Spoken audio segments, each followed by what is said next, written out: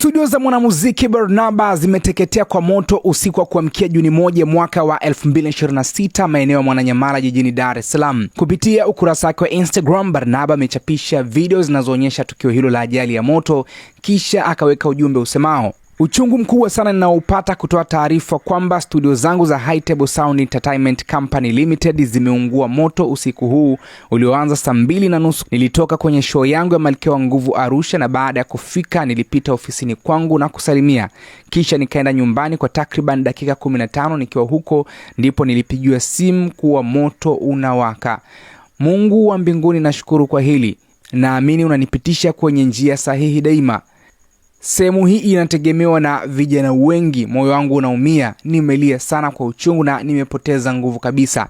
Nasikitika kusema headquarter yetu imekuwa majivu. Asante sana kwa baraka zote ambazo nimezipokea na nitaanza upya. Najua kazi yetu ni ngumu, lakini maisha yanatufundisha na nimepokea hili kama funzo. Huyu ni Barnaba Classic. Ukipita kwenye ukurasa wake wa Instagram, ametoa taarifa hii akiwa ameweka video namna ambavyo moto unaunguza studio za High Table Sounds. Nimeona komenti nyingi sana, akiwemo Mina Ali anasema pole sana kaka, Mwenyezi Mungu atakupa kubwa zaidi.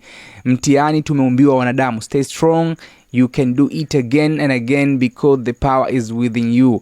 Lakini pia Professor J kaandika da pole sana mdogo wangu, akikana emoji za kudondosha machozi.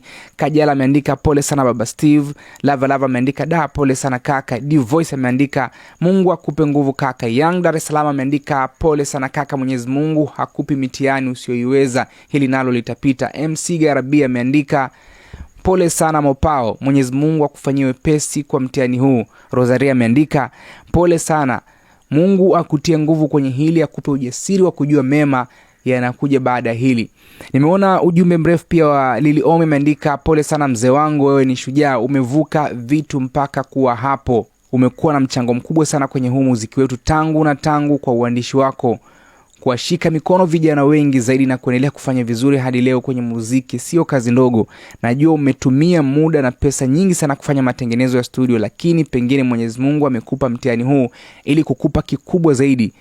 Kipindi cha nyuma uliibiwa kamera na laptop zaidi ya milioni 8 na hard drive yenye kazi zako nyingi, lakini kipaji kilibaki na ukainuka na hits kibao. Naamini utavuka changamoto hii. Pole sana, Mungu akupe nguvu. Nimeona Bidaze nimeandika pole sana my brother, stay strong. Lady JD ameandika natuma salamu za upendo na hugs. Konta ameandika pole sana big bro. Stan Bakora ameandika pole sana my bro. Baker Flavor ameandika ise pole sana kaka, Mungu akutie nguvu katika mapito haya. Asley ameandika pole mkubwa. Ni wasanii wengi kweli wamempa pole ndugu yetu, namzungumzia Barnaba kwa tukio la moto kuunguza studio yake yote.